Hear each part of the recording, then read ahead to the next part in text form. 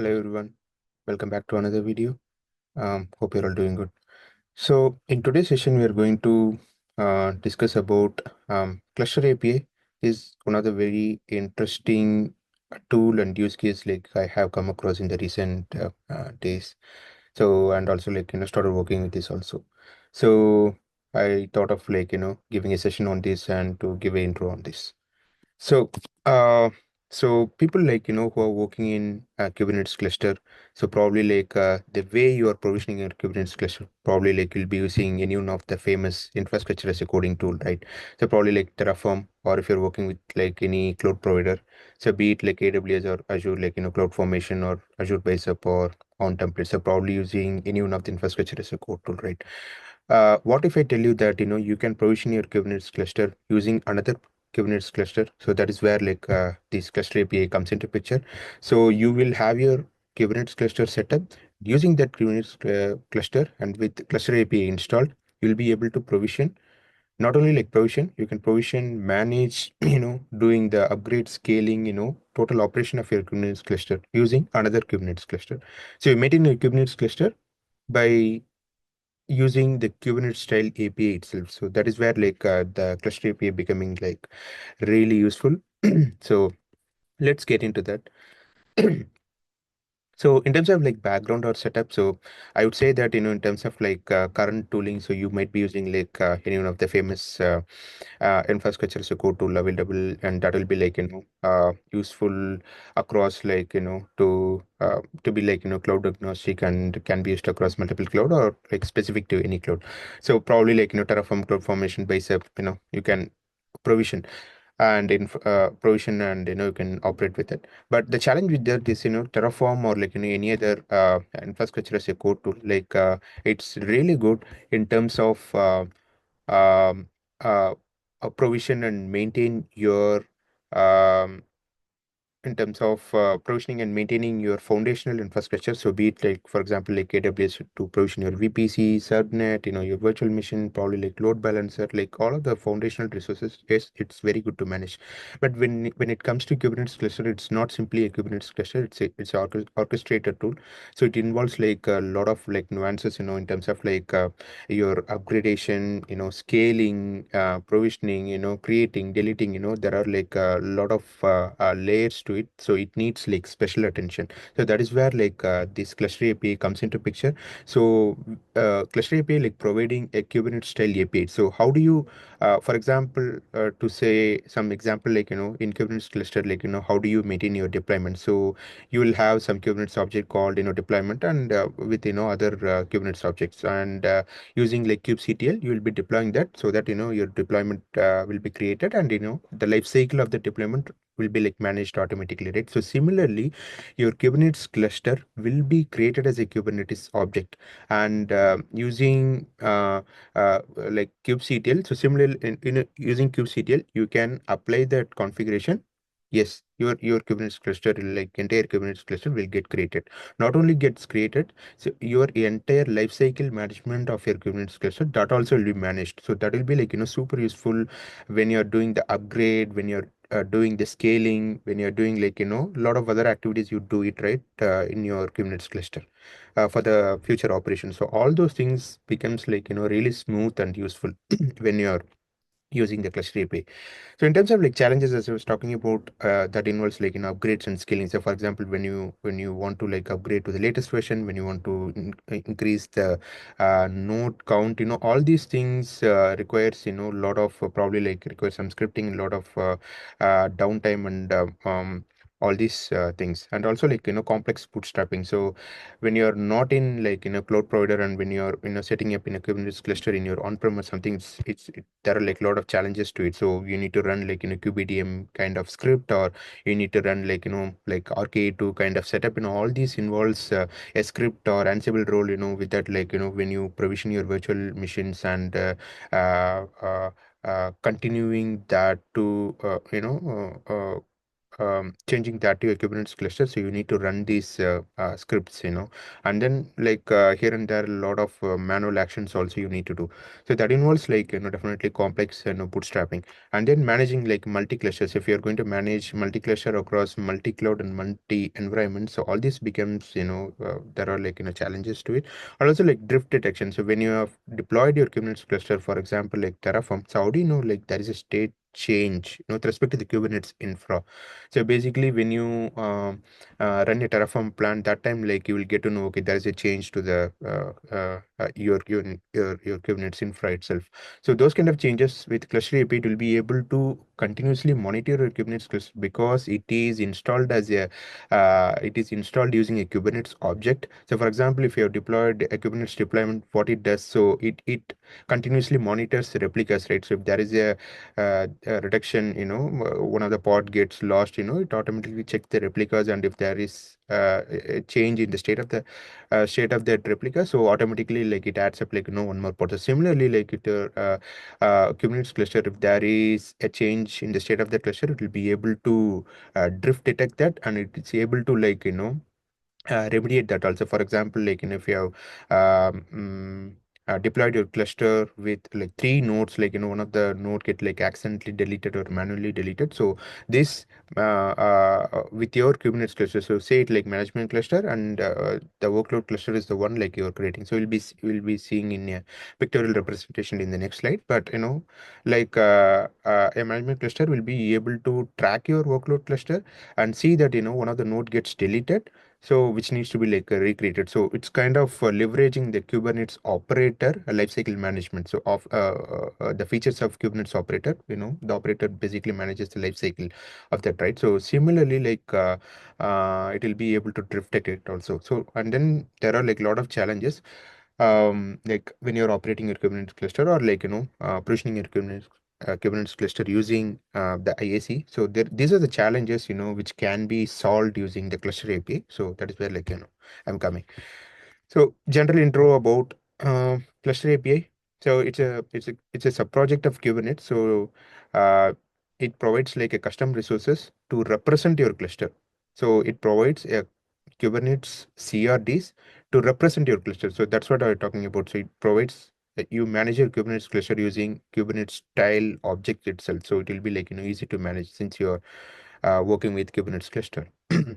So it is designed to manage the entire life cycle. So as I was talking about, not only like provisioning, so future scaling, upgrading, deleting clusters. So it will be super easy to manage that.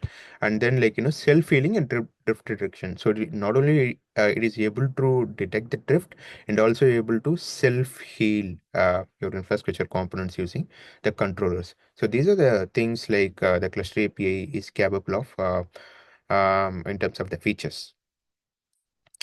And the next one, so this is what the high level cluster API architecture looks like. So as I was talking about the management cluster, the workload cluster, some of the analogies and something this kind of a pictorial representation. So assume that you have a common a Kubernetes cluster, name it as management cluster. Management cluster is something which will be installed with cluster API. So when you install cluster API, it will install a couple of controllers. So for example, to work with any one of the infra, for example like AWS, so it involves like three main controllers and then infrastructure specific controller. So for example, cluster API related controller and then the infrastructure provider controller. So when you install this, you need to install this in your Kubernetes cluster. So let's say it as management cluster, and then this will be using this, will be able to provide your workload cluster. You can call it as management cluster, or you can call it as workload cluster. So we will see this. So this is what from in the first slide, like I was talking about. So you use a Kubernetes cluster to provision and manage your Kubernetes cluster. So you have your management cluster installed with cluster API controllers, and then using that, you are provisioning and managing your workload cluster. So we'll see that what are the controllers we need to install, how to install, what are the controller needs to install, and what is the purpose of each controller, and how we are using that controller to provision your controller. So all these things we will see in the slides. So in terms of controller, there are like four different controllers. For example, like if you're pointing to one infrastructure, there are like four different controllers. So for example, core controller, CAPI core controller. The CAPI stands for Cluster API core controller, and then the infrastructure controller, control plane controller, and bootstrap controller. The core controller is kind of the main controller, which works along with all the other three controllers to provision your cluster. So the core controller works with the infrastructure controller. So when I say infrastructure controller, so for example, the infrastructure you're going to work with, be it like AWS or OpenStack or like, any other infrastructure. So infrastructure specific controller you need to install. So for example, apart from these three common controllers. So it depends on the infrastructure specific, you need to install this controller. So for example, AWS, you need to install like AWS CAPI, AWS controller. For example, OpenStack, for example, Azure, you need to deploy that infrastructure controller. So the core controller works along with the infrastructure controller. For example, AWS, so it works along with AWS infrastructure controller, connects to the AWS API, and then like, provision helps to provision your control plane node as well as the worker node. So it purely, solely responsible for managing your infrastructure. The core controller, as being the main controller, works with the infrastructure controller to provision your underlying VM instances first, EC2 instances or whatever infrastructure first. And then once it is created, there comes a control plane controller. Control plane controller is solely responsible for lifecycle management of your control plane node. Once the VMs are created, it is a control plane node. So this control plane controller uh, takes care of it. So in terms of like lifecycle management, basically. So in terms of like scaling, upgrading, all these activities for the control plane node. So it takes care of it. So and then the bootstrap controller. So depends on whether it is a control plane controller or worker plane node. So basically, bootstrap controller provide the a script to make it as a control plane node and worker node. So for example, if it is a control plane node, it provides a bootstrap script, it adds that script to the user data or the cloud init of the control plane machines, basically. So what is that script? So it provides a kubeadm script.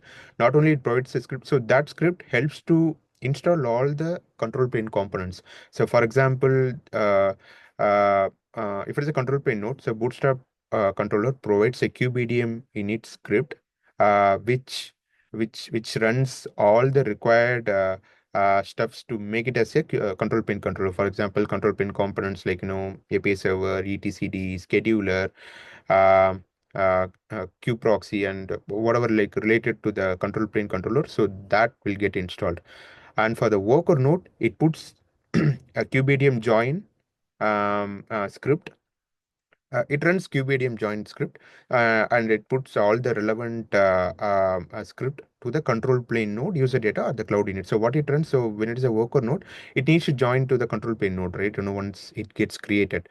So what happens? A kubeadm join command will run, and then it install all the worker node related components like kube proxy, control, container runtime, kubelet, all the other steps for the worker node.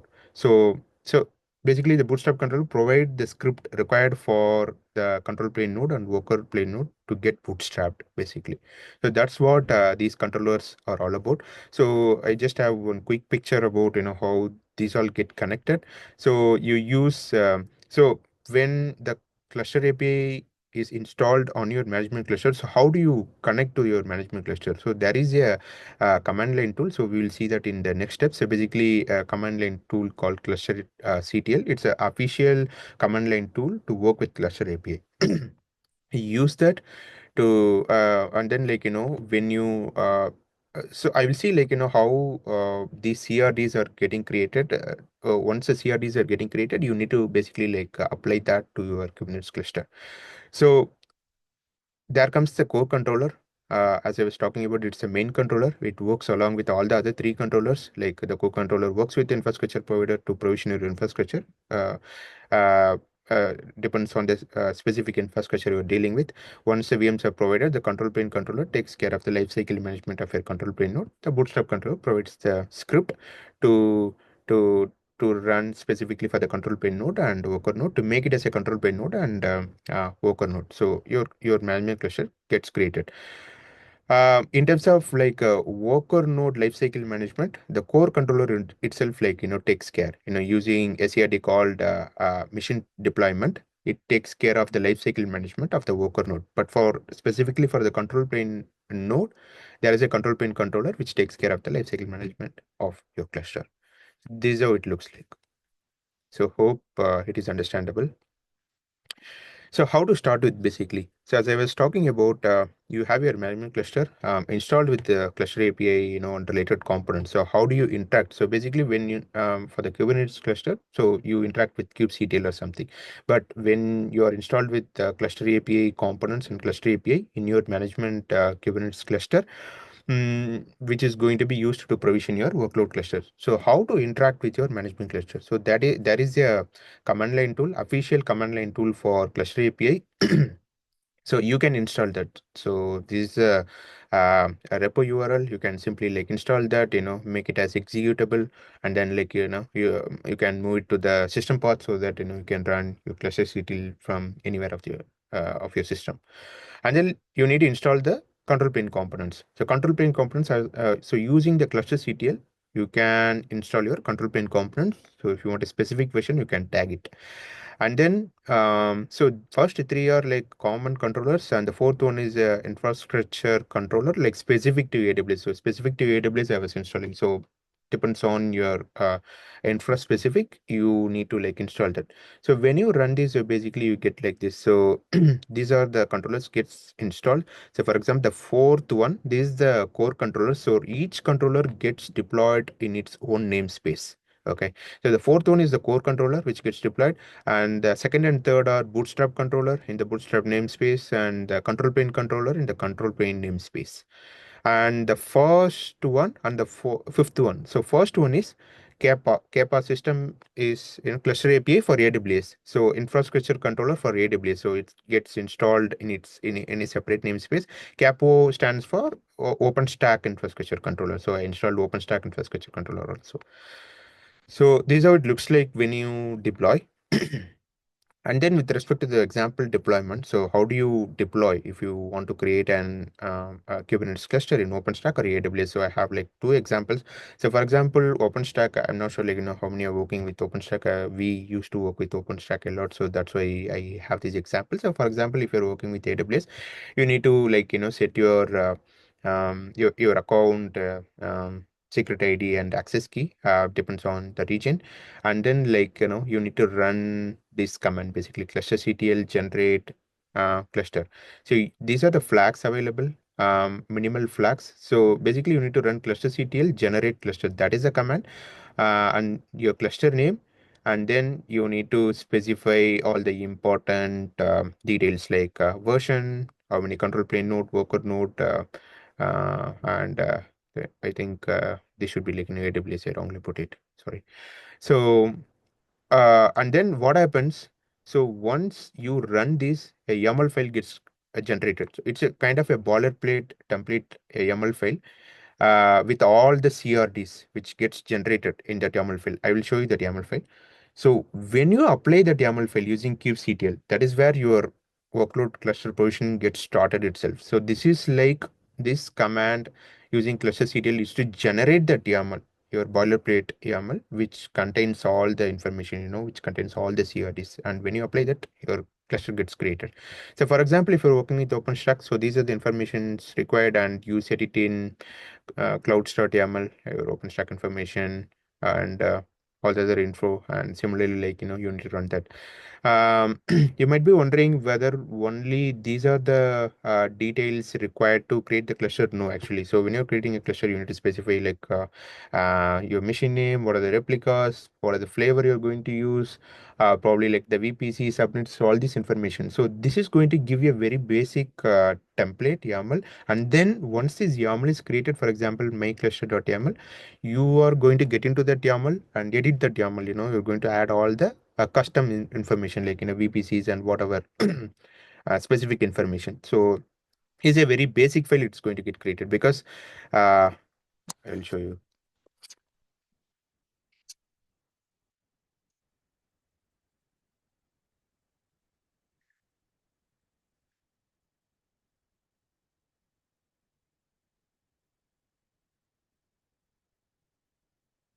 So when I run like steel generator help, you can see these are the flags basically available. It does not provide you all the flags like, the input information of VPGs, all these things like, you cannot use it part of the flags. So only these information like control plane mission count and like a couple of other information.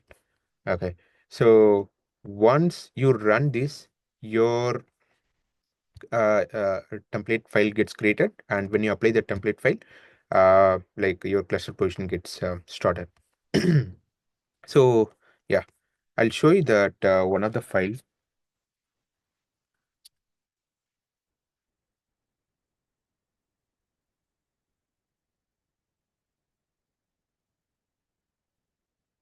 So this is how the file looks like. So basically, I'm running the clusterctl generate cluster command, and my YAML file gets generated. And this is how the YAML file get looks like. So it's kind of a little big YAML file. So each one is a CRD, like a control plane, mission template, and all these things. So basically how these things are connected is, this is kind of a root, a CRD AWS, for example, like, when I'm dealing with AWS infra. So AWS cluster is the root CRD, and then there is a CRD. So as I was talking about the control plane controller, which is solely responsible for managing the control plane node. So this is a CRD like QBDM control plane, which manages the control plane.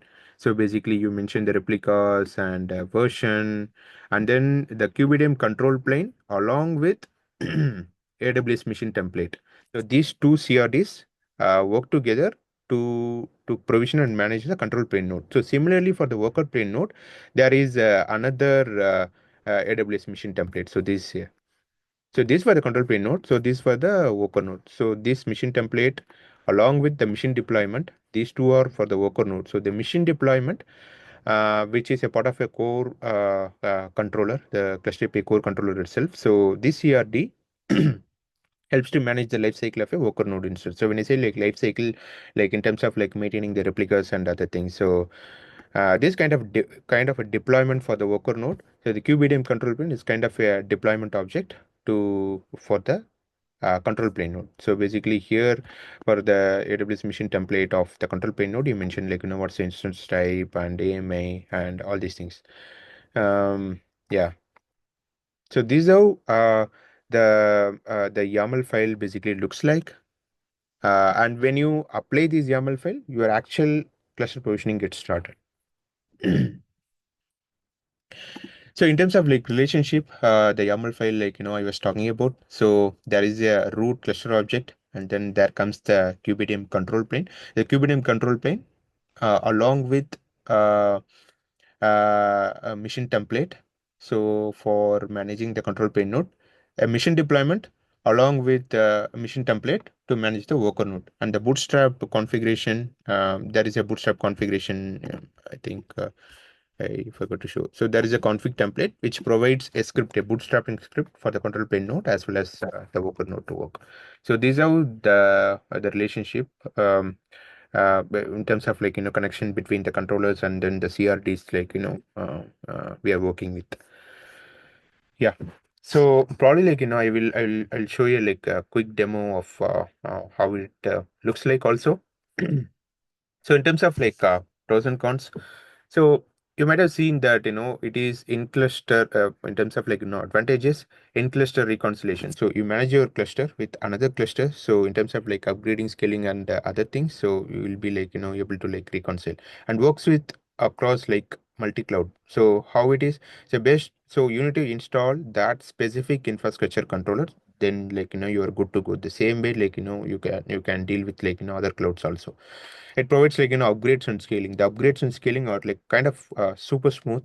So like for example, if you're using like Terraform for your infrastructure as a code, so when you want to like upgrade what for example, if you want to increase a node count or want to upgrade your Kubernetes version, what you need to do, you need to like, change that configuration, and probably like, using like any one of the CA pipeline, you need to like, apply that and Terraform apply or whatever, like, and then like, it gets like upgraded. But like joining the worker node and control node, like all these things need to be taken care separately, right? But here, like, from the management cluster itself, like if you change that, final generated YAML, right? So you can go and change that, like the replicas or whatever the flavor of the instance or the version. like it will be like automatically takes care of, for example, if you are going to like they replace the node or going to add like another node, the training of the node, the rolling upgrade, all these things, the cluster API itself, it's going to manage automatically. And it is like GitHub's friendly also. These can be deployed using the GitHub. So it provides support for that also. But yeah, these are the advantages. But in terms of like disadvantages, so traditionally, like we use Terraform and other infrastructure as a code tool, to provision and manage your infrastructure, which is kind of super smooth for the DevOps and the other people are doing the automation. But this involves like people who are like working with the Kubernetes cluster a lot.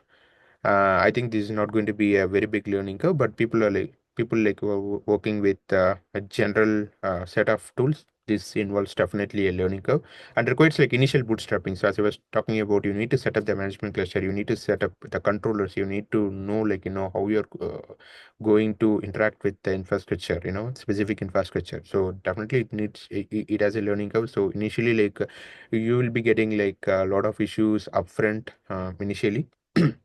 But yeah, it's worth actually. So and then infra provider. So at the moment, like AWS, Azure, and Google, the infrastructure provider are like working good, but I'm not sure for the other infra provider. Like so the maturity definitely varies. So yeah, with this we will look into the demo. uh,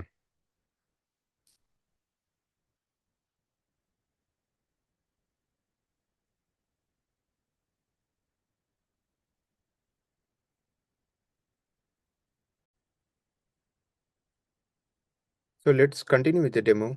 So as I was mentioning, like, if we run our cluster.ctl generate cluster with all the required flags, so you'll be getting one template file and then like, adding a network information and all the custom information. Then by applying that, our actual cluster provisioning will get started. So with that, I have one generated YAML file, so I'm going to apply that and show in real time, like, how the cluster positioning happens, like, how quickly it happens, like, it is able to like provision the cluster. So this is like another file I have. So in terms of a replica, I have like one replica and the Kubernetes version 1.31.2. I'm going to use, which has got all the CRDs I mentioned. So uh, currently, so in terms of clusters, so currently for the demo purpose, like I'm using my Minikube cluster, so which is set as my management cluster, which has got all the controllers installed. So using my management cluster, which is my Minikube cluster, I'm going to provision my cluster. With the management cluster, when it pass command like gives it will get cluster, it will be listing like, there are like any cluster workload cluster has been positioned. If it has been provisioned, like, it will be listing here.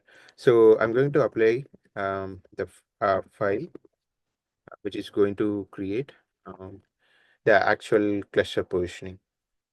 So you can see, uh, so these are the CRDs basically part of the template. So I'm provisioning. So all these things, getting created. And if you run the command again, you'll be seeing that, it's saying like provision, but actually, no, it gets, it is provisioning. It is in progress. And then like, with respect to the commands, so these are the commands like, you can use against cluster API to see like the status of the provisioning cluster or the cluster which has been already provisioned. The list all the clusters created. So you can use git clusters, and then you can use machines, so which basically uh, provides information about your control plane machine and also the worker plane machine. So this is like one of the control plane machine, and these three are like worker node machine. You can see the control plane machine is under provisioning, and there are like three worker node machine which is pending. And then this command is specifically to check the control plane information. So you can see like in terms of replicas is one, the ready state is yet to be like one. So it is like 73 seconds. So it's taking, it has already taken like 73 seconds. And then this command is to check the worker node information. Yeah. So you can see I have like two groups for worker nodes. So one group has like one replica and another group has got like two replicas. So that's what like we're seeing. And yeah, it's in progress actually. So let's see once again if the uh, control plane got provisioned. Uh,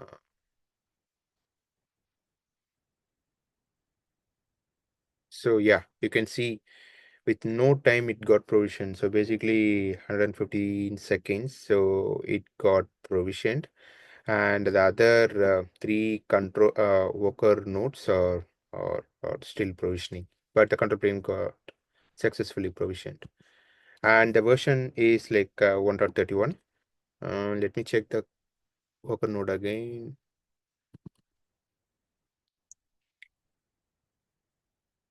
So one got ready. So I think the other one is getting ready. So these are the commands like basically you can use and check the status of your workload clusters. Yeah, I think it is ready. Everything is ready. Yeah, you can see control plane node and all the worker nodes are in ready state. So you can see like it almost took like 3 minutes. Let's see like one scenario like if I'm going to like increase the node count, okay, or like we have already like two node count, right? Let's decrease the node count. Let's see like how much time it takes in real time. And also like we'll try to like upgrade the version and see how it goes.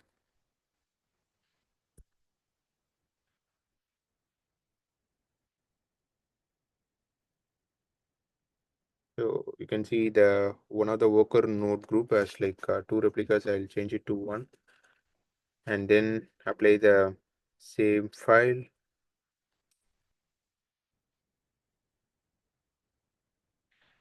You can see like there is a configuration change in the machine deployment, which is basically managing the uh, uh, machines, the worker node machines. Yeah.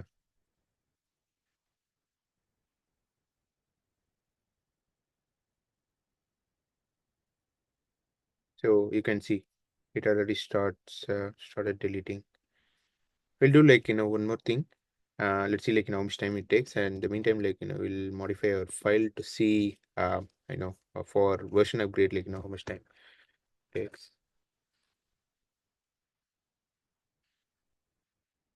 Yeah, we'll go with 31.3.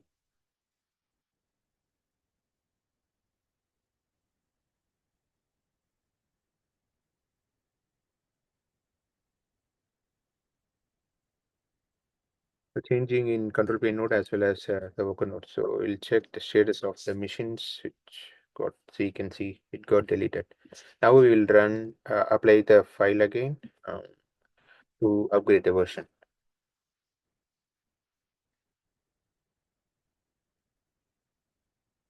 So you can see like there is a configuration change in the uh, control plane as well as here service.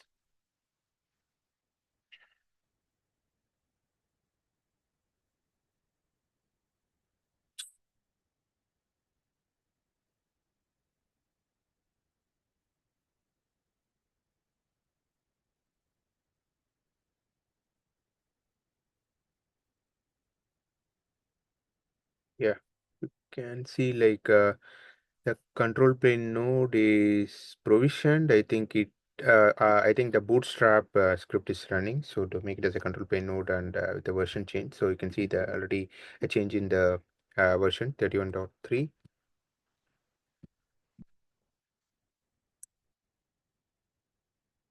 Yeah. So this goes to the running state. Yeah. So yeah, I think you can have seen the demo like we're able to provision and also manage our Kubernetes cluster using the cluster API, not only provisioning.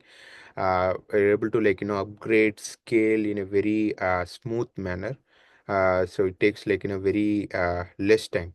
So I think this is what I think the beauty of cluster API. You have a management, you have a Kubernetes cluster to manage your other cluster basically. So in your setup, basically you can have your one management cluster, and using that you can manage other environment and multiple Kubernetes cluster also, not one cluster. So if you run K cluster, if you have deployed multiple cluster, you'll be seeing their list, the entire list. So yeah. So I think that's all in this video. Thanks for watching. If you have any clarifications or doubts in the video, please post it in the comment. I will try to reply. Thank you once again. Thank you.